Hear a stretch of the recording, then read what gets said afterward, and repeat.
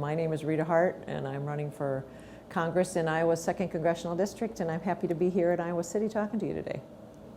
I think my background is important to this race. I'm a farm kid. I grew up outside of Charles City, Iowa. I've been on the farm nearly all my life.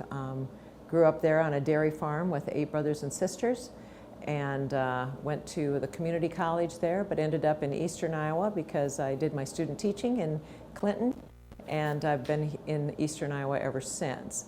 Met my husband there, and started teaching in 2 small schools, first at Bennett and then at Kalmus-Wheatland. I've taught for over 20 years. Did some administrative work in the School to Work program and the Gifted and Talented program. Then took a couple years to help on the farm full time. My husband and I raised our 5 children there, south of the little town of Wheatland.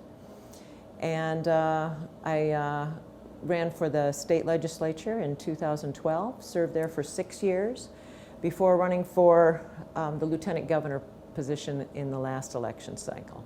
And now happy to be running for this position. Tell me about why you're running for Iowa's 2nd congressional seat. I think the reason is embedded in my background. I think that people recognize that I'm a good fit for this seat. I think that people are looking for somebody who can quell some of the divisiveness that is going on in the country, but we also have to have people who understand rural Iowa, that understand that it's important for people to have good paying jobs, and that we are able to speak to rural economic development. But I think that my background in farming is important.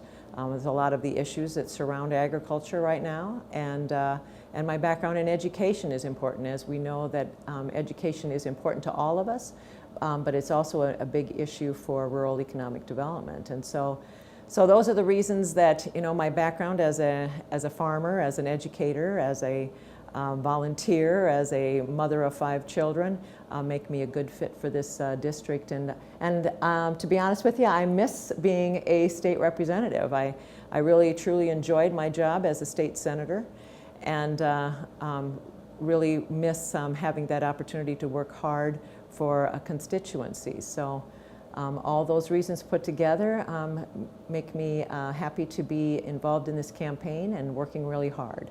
I think that mainly people are looking for somebody that just kind of understands what kind of life they lead on a daily basis.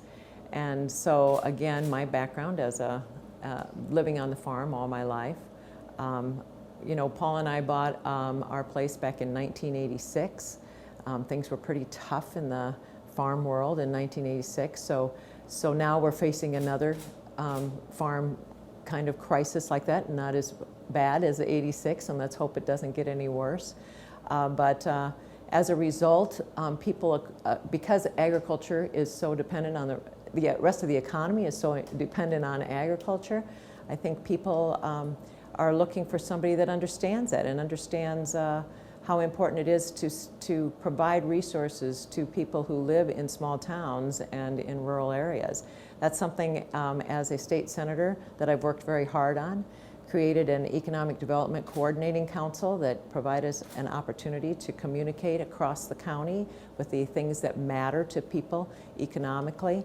And as a result of that, started a mayor's group so that these small towns could have a voice and could learn from each other and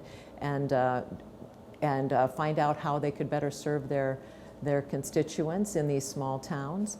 And as a result of that, we're able to help them decide that they needed a program like Keep Iowa Beautiful, which now 11 of our towns are engaged in the Hometown Pride effort, which is really helping each of those towns develop their priorities of how they can improve their economic development.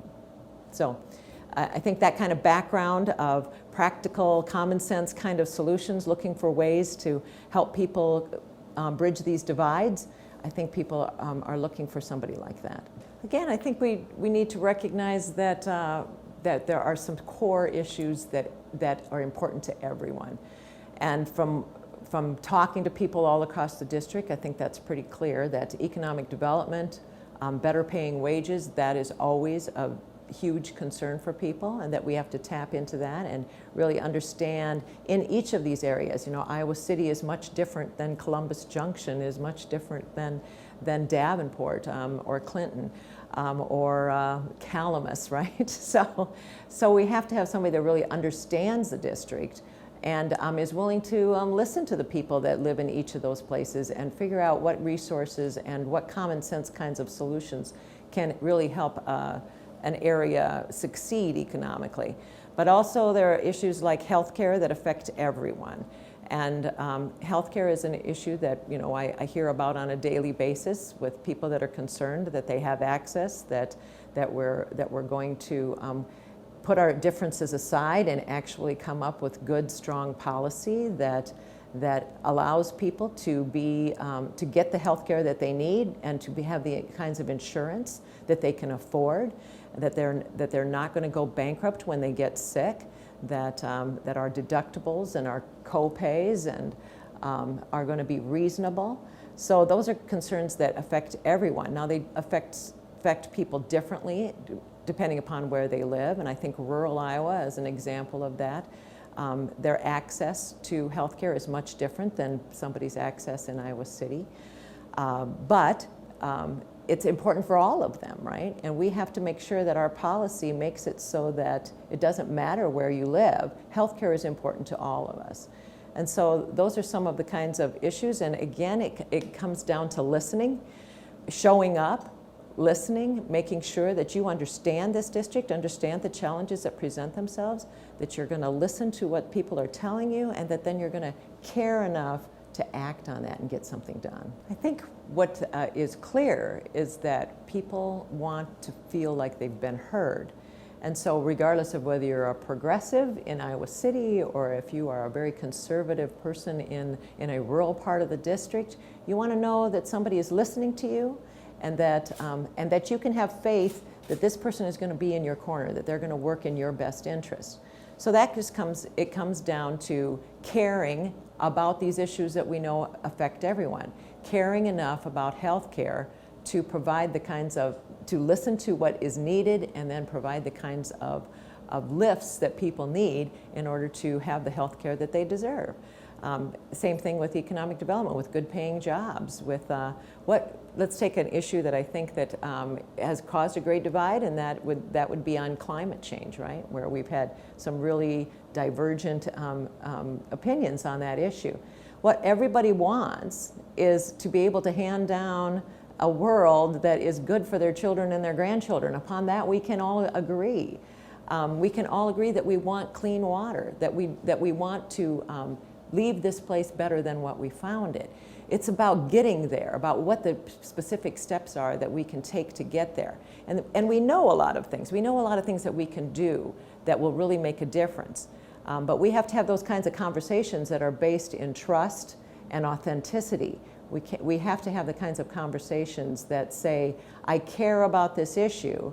I also care about rural agriculture, right? I also care that we're doing what it takes to help farmers to be more successful in this process of what's so important for us to get ready for the future, when we know that these weather events are happening more quickly, more often, and more severely.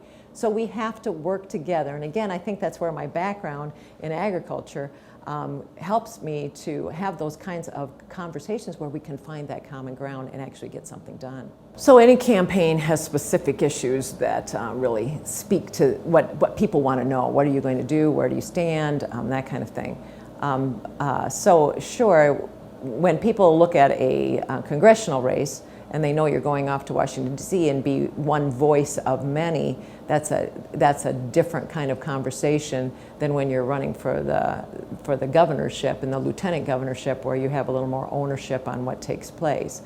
But again, it comes down to are you aware? Are you listening?